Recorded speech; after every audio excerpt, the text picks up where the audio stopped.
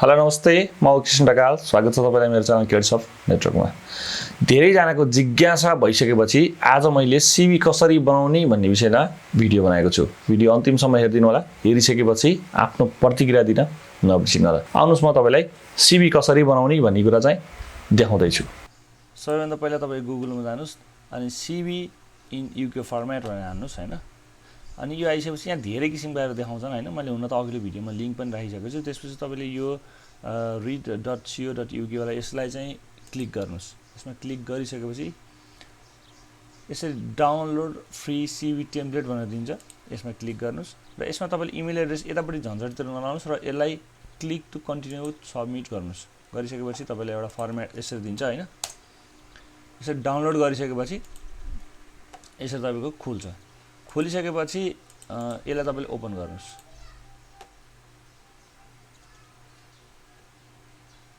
ल तपाईले यो फर्मेटमा सिभी बनाउनु पर्ने हुन्छ। सिभी बनाउँदै गर्दा तपाईले के कुरा ध्यान दिनुपर्ने हुन्छ भने चाहिँ जुन अघिल्लोचोटि हामीले फर्मेट जुन डाउनलोड गरेका छौं, डाउनलोड गरेकोमा यो अप्सन चाहिँ राखिएको छैन। मैले यसलाई चाहिँ थप्न चाहेको कारण के हो भने चाहिँ तपाईले प्राप्त गरेका प्रमाणपत्रहरू यहाँ राख्न सजिलो होस् भनेर। सुरु गरौँ हैन। जस्तै तपाईको नाम के छ, तपाईको नाम भर्नुस् यहाँ।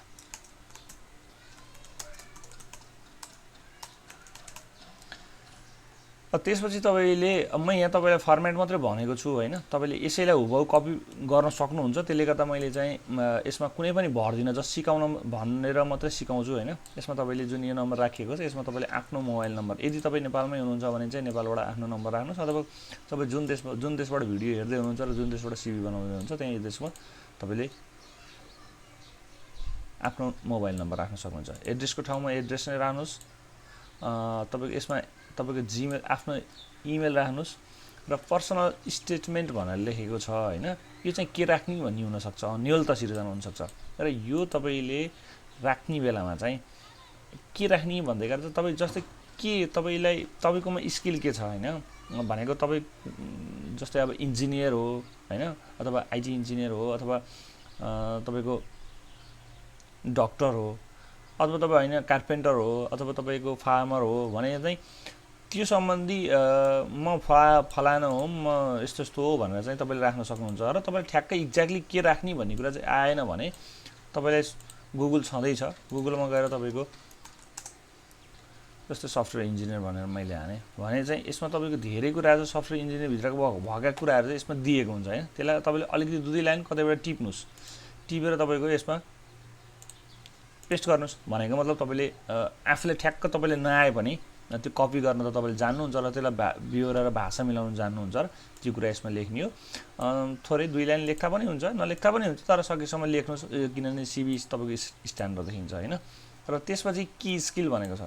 की स्किल भनेको तपाईको स्किल तपाईमा के छ, तपाईमा भएका खुबीहरु हैन, त्यो जुन तपाईको योग्यता भित्र परेका खुबीहरु त्यसमा छन् भने यहाँ जति जे छ त्यति नै हुनुपर्छ भने हैन। तपाईको दुईटा तीनटा चारटा पाँचवटा छवटा आठवटा दसवटा के छन् त्यो तपाईले यसमा मसित यो जुन नर्मली हामीले सिभी बनाउँदा प्रयोग गरिन्छ त्यो कुराहरु चाहिँ तपाई यसमा लेख्नुस् हैन।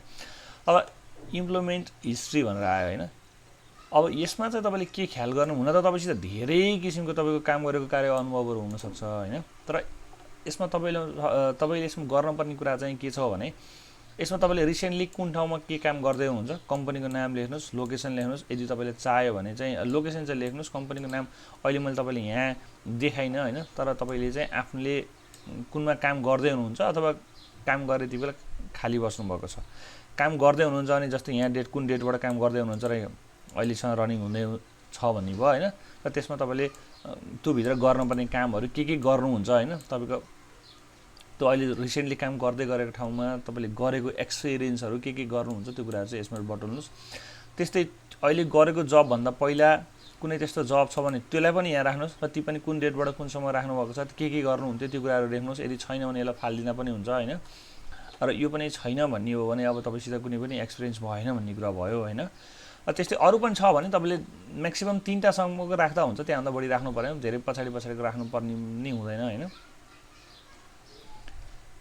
र त्यसमा तपाईले यसमा त्यस्तो केही छ तपाईको लोकेसनहरु कम्पनी नेम छ भने यसमा अरु पनि राख्न सकिन्छ, नराख्ने भन्ने कुरा हुँदैन हैन।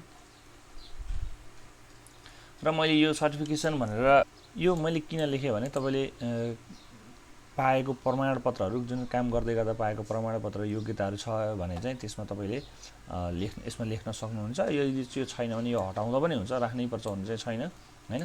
र तपाईँको एजुकेसन लेभल कति छ, एजुकेसनको बारेमा चाहिँ लेख्नु पर्यो, कलेज स्कुल नेम भन्ने कुरा भइहाल्यो, डेटहरू भइहाल्यो हैन। र कुन तपाईँको कतिमा एसएलसी दिनुभयो, के गर्नुभयो हैन, +2 यताउता अक्रम तपाईँको सब्जेक्ट के हो, स्कुलको नेम के हो हैन, यो कुराहरू यसमा राख्नुहोस्। र यो हबी र इन्ट्रेस्ट भनेको छ, हबी र इन्ट्रेस्टमा त्यस्तो केही छ भने राख्नुहोस् हैन, र छैन भने यो नराख्दा पनि हुन्छ। रिफरेन्स भनेको चाहिँ अब यो चाहिँ तपाईँलाई कसैको त्यस्तो दिनपर्ने छ हैन, तपाईँलाई छ भने राख्नुहोस्, र यो पनि छैन भने राख्नुहोस्। र यो सबै बनाइसकेपछि तपाईँको एउटा सिभी कम्प्लिटली सिभी भन्छ। यहाँ धेरैजना कभर लेटर भन्नुहुन्छ, कभर लेटर पछि लाग्नु पर्दैन, सिभी नै राम्रो लुक्समा राम्रो बनाउन सक्नु भने यही फर्मेट तपाईँले गर्न सक्नुहुन्छ। अथवा हैन युकेको लागि छुट्टै फर्मेट छ त्यो नसोच्नु, युकेको फर्मेटबाट तपाईँले डाउनलोड गरेर देखाएको छु मैले हैन। योभन्दा छुट्टै यी कुराहरू इन्क्लुड हुने तरिकाले तपाईँले छुट्टै अर्को कुनै फर्मेटमा पनि बनाउन सक्नुहुन्छ। यति गरिसकेपछि तपाईँको सिभी रेडी हुन्छ। यो सिभी बनाउनको लागि तपाईँले कसैलाई पनि गर्नु पर्दैन, यो जति तपाईँ आफै गर्न सक्नुहुन्छ।